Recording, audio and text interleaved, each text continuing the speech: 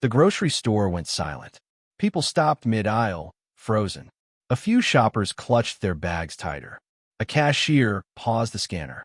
A manager peeked around the cereal display. Everyone's attention locked onto a scene unfolding near the front counter, a scene no one would forget. A tall white man in an expensive tailored suit stood over a small black boy who couldn't have been more than 12. The boy, Malik, held a crinkled $5 bill in his shaking hand and a small bag of flour for his mother. The man scoffed loudly. "You? Buying something here?" he mocked, laughing to himself. "Kid, do you even know what money looks like?" Malik swallowed hard, eyes shining with humiliation. I have enough, sir. I just want to pay." The man snatched the bag of flour from Malik's hand and waved it mockingly in the air. "Look at this. You people always begging, always taking. This store isn't a charity." A painful murmur rippled through the crowd. Some wanted to step in. Some looked away. But Malik stood small, helpless, shoulders trembling. "Give it back, please," he whispered. The man laughed again, louder, crueler. "What? Should I feel sorry for you? Where are your parents? Huh? Oh, that's right, probably out causing trouble." The insult hit Malik like a slap. His breathing quickened, his eyes darkened, but he didn't move. "Give it back," he said softly, a shift in the air, as if fate decided to intervene. Because at that exact moment, the doors of the store swung open. Two large men in black suits walked in, scanning the room with sharp eyes. Behind them stepped a tall, broad-shouldered man wearing a simple jacket, but with a presence so powerful the entire store felt it. People gasped. The suited white man's smirk faltered. Malik didn't move, but his eyes widened. The man who walked in wasn't just anyone. He was someone the entire city knew. Someone the white man should never have crossed paths with like this. And as the powerful figure's gaze locked onto Malik, everything changed. The bully's face drained of color. He realized, too late, that the boy he humiliated was not who he thought he was. He was the son of one of the most influential men in the state. And in the next few minutes, his world would collapse. What would you have done if you saw someone humiliating a child in public? Would you step in? Before we dive deeper into this unbelievable story, subscribe to our channel so you never miss powerful stories that reveal truth, justice, and life-changing twists. 12 hours earlier, before the incident in the grocery store shook the city, Malik Johnson was just another quiet kid living with his mother in a small 2-bedroom apartment on the east side. It wasn't the safest neighborhood, but it was home. The morning light leaked through cracked blinds as Malik tied his worn-out sneakers. His mother, Renee, stirred a pot of oatmeal on the stove. "Baby, eat something before you leave," she said gently. Malik shook his head. "I'm not hungry, Ma. Besides, you need it more." Renee paused, her heart stinging at the innocence in her son's voice. "You're growing. I'll be fine. Sit." He obeyed, but halfway through his oatmeal, he stopped eating. He was thinking, worried. "Ma, we're out of flour and milk. And you said Mrs. Thompson needs her order by tonight, right?" Renee exhaled heavily. Her small home-based baking business was the only thing keeping them afloat. "I'll figure something out," she said, masking her fear. But Malik noticed. He always noticed. "I can go to the store," he said suddenly. Renee turned sharply. "No, Malik. You know how folks act around here." He cut her off. "Ma, it's daytime, and the store is 3 blocks away. I'll be careful." She hesitated, then realized she had no choice. Their electricity bill was already overdue. Skipping Mrs. Thompson's order meant losing a week's income. Finally, she nodded. "Take the $5 from the jar. Only get flour. Nothing else. And come straight home." Malik smiled softly. "Yes, ma'am." In another part of the city, tall glass skyscrapers reflected the morning sun, a world Malik rarely saw. Inside one of those skyscrapers was the office of Judge Nathaniel Brooks, a man with enormous influence. He wasn't the kind of man who chased cameras, but cameras often chased him. Today, however, he wasn't thinking about press conferences or court decisions. He was thinking about something much more personal, his promise. A promise he made 12 years ago that he intended to fulfill today. He stood by the window, looking out over the city, when his assistant knocked. "Sir, Your car is ready. Judge Brooks nodded. Let's go. I don't want to be late. There was a strange heaviness in his tone, a mix of determination, guilt, and something almost like hope. The assistant didn't ask questions. No one ever asked him questions. But if they did, they would have wondered why a man of such power and stature was heading to the east side, a place he had avoided for over a decade. Back on the east side, Malik walked alone down the sidewalk, humming to himself. He kicked pebbles, waved at neighbors, and stopped to help an old woman with her groceries. He was the kind of child people liked instantly. Kind, quiet, respectful, and mature far beyond his years. But he had no idea that today, he would be tested in a way no child should ever be.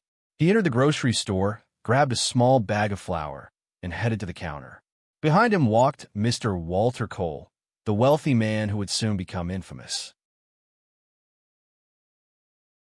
Walter was in a rush, impatient, irritated, and when he saw Malik in front of him, his expression darkened instantly. Malik turned slightly, offering a polite smile. "Good morning, sir." Walter scoffed. "Move. I have real business to take care of." Malik's smile faded. "I'm almost done, sir." And that was enough to trigger the man's cruelty.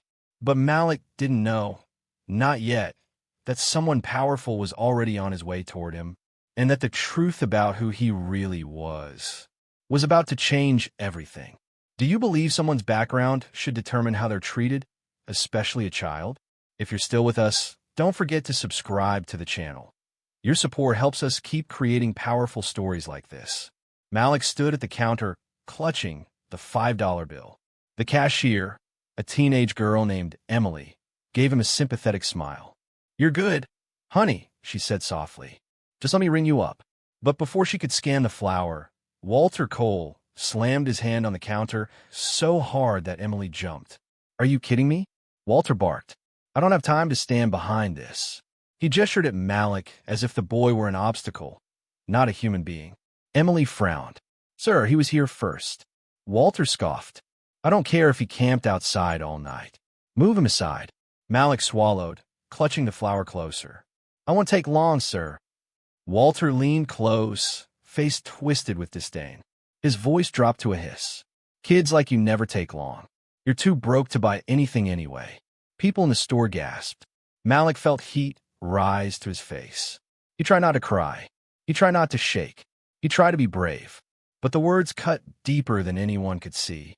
Emily's hands trembled on the register. "Sir," she said firmly, "you need to back up." Walter laughed. "Oh, look at this. Little Miss Cashier wants to play hero. How sweet." Then, he snatched the flour out of Malik's hands. "Let's see what you're wasting my time with," he said, waving the bag mockingly. "Please," Malik whispered. "Give it back." Walter turned toward the growing crowd. "Look at him, acting like he's owed something. This is why kids like him never go anywhere." The murmurs grew heavier. Phones pointed in Walter's direction. Still, no one stepped forward. Just whispers. He shouldn't talk to a child like that. Is someone going to help him?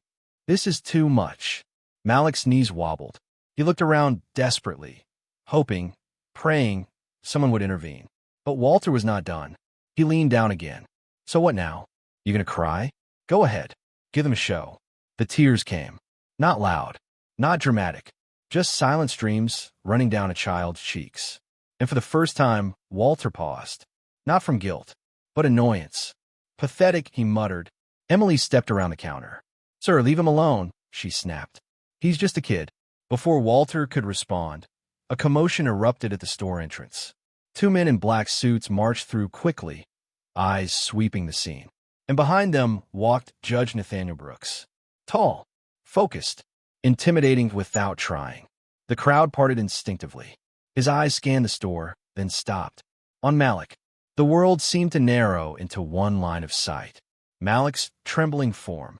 Walter Cole towering over him, the flour bag clenched in a cruel hand. Judge Brooks' jaw tightened. He stepped forward. "Is there a problem here?" Walter turned, irritation still on his face, until he recognized the man standing before him. His complexion turned pale. Judge Brooks. The crowd whispered in shock. "That's him." That's the judge who shut down the Westfield corruption case. He's one of the most powerful men in the state. Emily gasped. Malik blinked through tears. Walter scrambled for composure. Sir, this boy, he was in the way, and I was trying to help. Judge Brooks raised an eyebrow. Help? By taking his groceries? By yelling at him? Walter swallowed. Judge Brooks stepped closer. Put the bag down. Walter obeyed instantly, his hand shaking. The bag of flour landed softly on the counter. Malik's breath hitched. Judge Brooks' eyes softened when he looked at the boy. Are you all right? He asked gently. Malik nodded, but his voice cracked. Yes, sir. Judge Brooks inhaled. Good, he murmured. I'm here now. Emily looked confused. Sir, do you know him? There was a pause. A long, weighty pause. Judge Brooks rested his hand on Malik's shoulder. Yes, he said quietly. More than you know. Walter blinked in confusion. Wait, you know this kid? Judge Brooks' gaze hardened. This boy, he said slowly, is someone you should have treated with respect. Someone you should have never laid a hand on. Someone whose identity. He looked down at Malik for a moment. You are about to regret underestimating. A collective gasp spread through the store. Malik looked up, eyes wide. Walter staggered backward. What do you mean? He whispered. Judge Brooks didn't answer.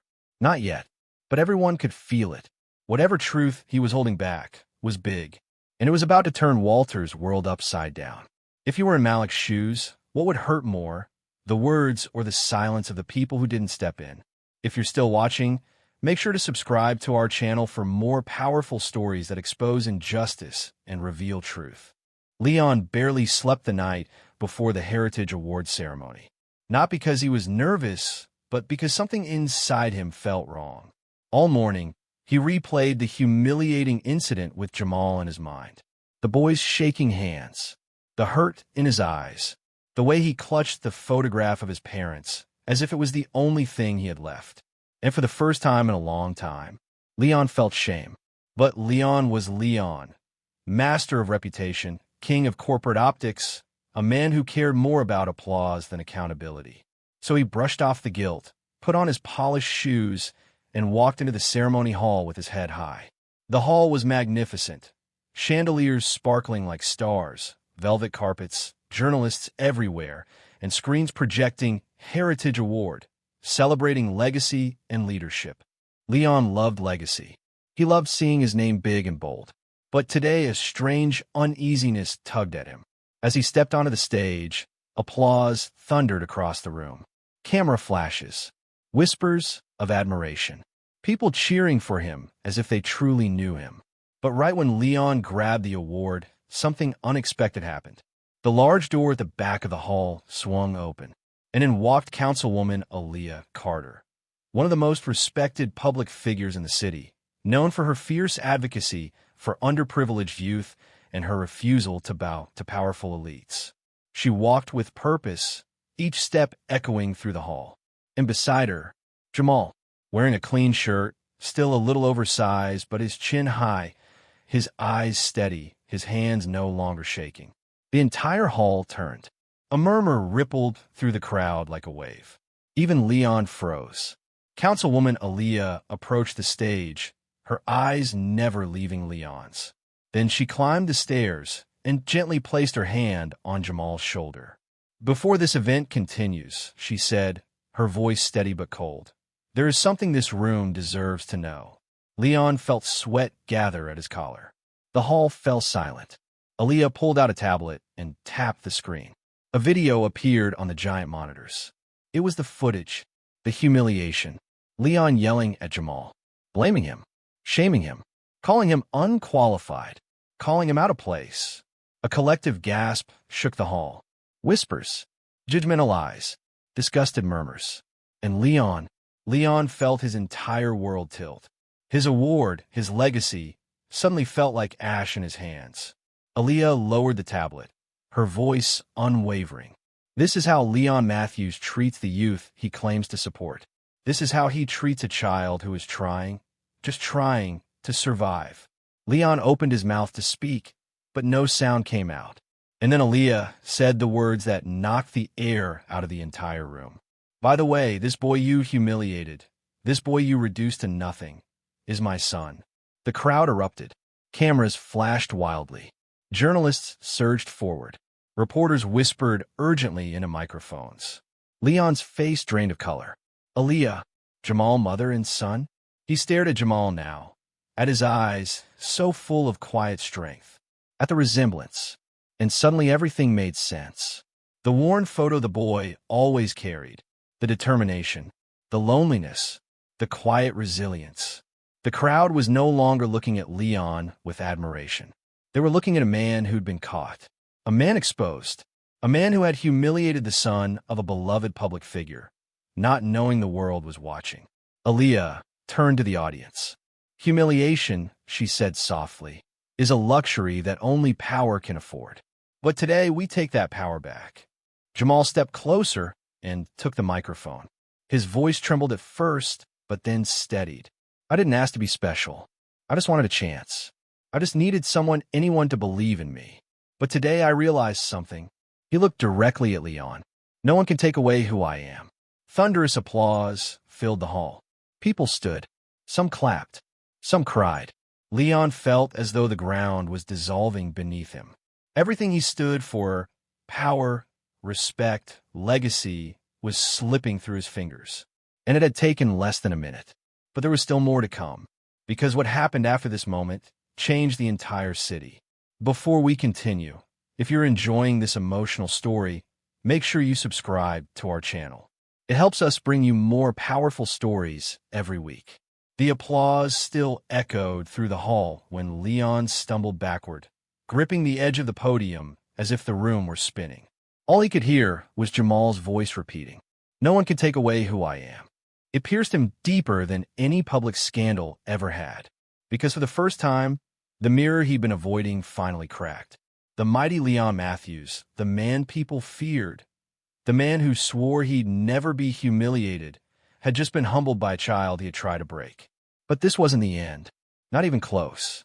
A reporter stepped forward, microphone raised. "Mr. Matthews, do you have anything to say for yourself?" The entire room turned toward him.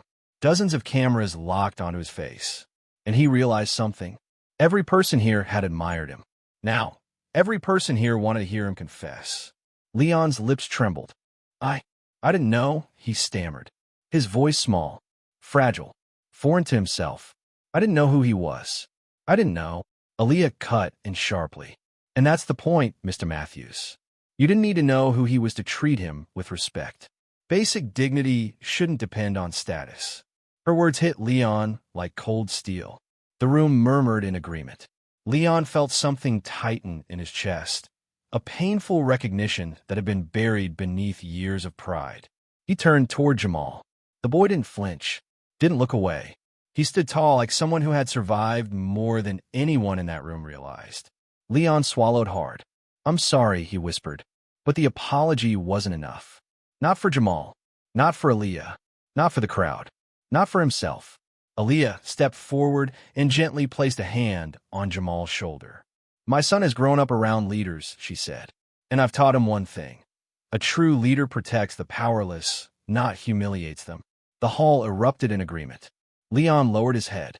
For the first time in decades, he felt small, and strangely, he felt relieved, because he finally realized how suffocating the weight of arrogance had been. Suddenly, he wasn't Leon Matthews, the CEO. He wasn't the icon the city worshipped. He was just a man who had failed a child. Later that evening, after the ceremony had broken into chaos, reporters shouting, cameras chasing, headlines exploding across social media, Leon sat alone in the empty hall. The award he had dreamed of for years sat on a table beside him, untouched. It no longer mattered. He replayed the humiliation he'd inflicted on Jamal, the anger he had projected, the cruel way he dismissed the boy's pain as excuses. He had become the very thing he once hated when he was young and powerless. And that realization shattered whatever remained of his pride. A soft voice interrupted his thoughts. "Mr. Matthews?" Leon looked up. Jamal stood there, hands in his pockets, expression unreadable, braver than earlier, but still gentle. Leon straightened. "You shouldn't be here," he murmured. I ruined your day. I ruined a lot more than that. Jamal shrugged lightly. You ruined my morning, he said. But my day? No, my mom fixed that. Leon exhaled, his chest tight. I don't expect you to forgive me. I'm not here for that, Jamal replied. Then after a pause, I came to tell you something. Leon braced himself. Jamal continued. You asked me earlier why I couldn't afford a new bus card. It's because my mom works all day. We're not poor because she's not trying. We're just surviving. Leon felt a stab of guilt. I should never have spoken to you the way I did. I know, Jamal said simply, but I also know what it feels like to be angry at the wrong things. Leon looked up sharply. Jamal's eyes softened. My mom says people who hurt others are usually hurting too. Those words struck Leon harder than the public humiliation ever could. This boy, the one he had belittled, was offering him something no one else had. Understanding. You deserve better, Leon said quietly. Jamal gave a small smile. I know. Then he turned to leave. But before he walked out of the hall, he said something that would follow Leon for the rest of his life. You were wrong about me, but I hope you try to be right about someone else. And then he was gone, leaving Leon in a silence filled with more truth than he could bear. In the days that followed, the video went viral. Millions of views, thousands of comments, people demanding Leon's resignation, parents sharing stories of their children being dismissed, disrespected, humiliated by people in power. The scandal was massive, but what stunned the city wasn't the downfall.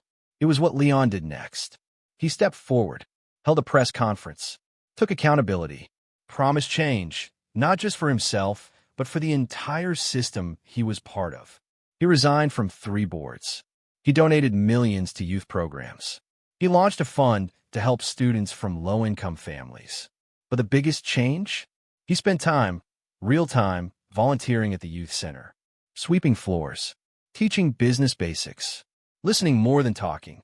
The city didn't forgive him overnight. But for the first time, Leon didn't care about forgiveness. He cared about becoming a better man than the one Jamal met that day. And sometimes, Jamal would see him from across the room, quietly helping a kid who reminded him of the boy he once humiliated. But Leon never approached Jamal again. Not because he was ashamed, but because he respected the boy's boundaries. And that was how the boy who was humiliated became the boy who changed a man's life forever. If you're moved by this emotional story, don't forget to subscribe to our channel and turn on notifications so you never miss powerful stories like this one.